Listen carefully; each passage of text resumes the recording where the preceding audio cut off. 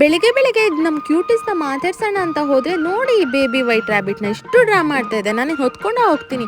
ಅಷ್ಟರೊಳಗೆ ನಮ್ಮ ಕಾಳಿ ಬಂದು ಒಳಗಡೆ ಹುಲ್ಲು ತಿಂತಾ ಇದೆ. ಹೋಗಲಿ ಎಮ್ಮೆಗಳ ಜೊತೆ ಆಚೆ ಮೇಯ್ಕೊಂಬರ್ಲಿ ಅಂತ ಆಚೆ ಬಿಟ್ಟೆ. ನಾನು ಗೊತ್ತಲ್ಲ ಒಂದು ಕೆಲಸ, ನಮ್ಮ ಮಮ್ಮಿ ಅಯ್ಯೋ ಯಾಕೆ ಇದನ್ನು ಬಿಟ್ಟೆ, ಇದನ್ನು ತೋಟದಲ್ಲಿ ಕಟ್ಟೋದು, ಓಡಿಸು ಓಡಿಸು. ಅಷ್ಟರೊಳಗೆ ನಮ್ಮ ಕಿಲಾಡಿ ಕಾಳಿ ಸಿಗಕ್ಕಿಲ್ಲ ಸಿಗಕ್ಕಿಲ್ಲ ಅಂತ ಓಡ್ತಾ ಇದೆ. ಅದಾದ್ಮೇಲೆ ಗೇಟ್ ಹಾಕಿರೋದು ನೋಡಿ ನೋಡ್ಕೊತೀನಿ ನೆಕ್ಸ್ಟ್ ನಿಮ್ಮನ್ನ ಅಂತ ಹೇಳ್ಕೊಂಡು ಯೋಚನೆ ಮಾಡ್ತಾ ಇತ್ತು. ಅಷ್ಟರೊಳಗೆ ಹೆಂಗೋ ಓಡಿಸಿ ಅದನ್ನ ಮನೆ ಒಳಗೆ ತೋಟದೊಳಗೆ ಬಿಟ್ಟಾಯ್ತು.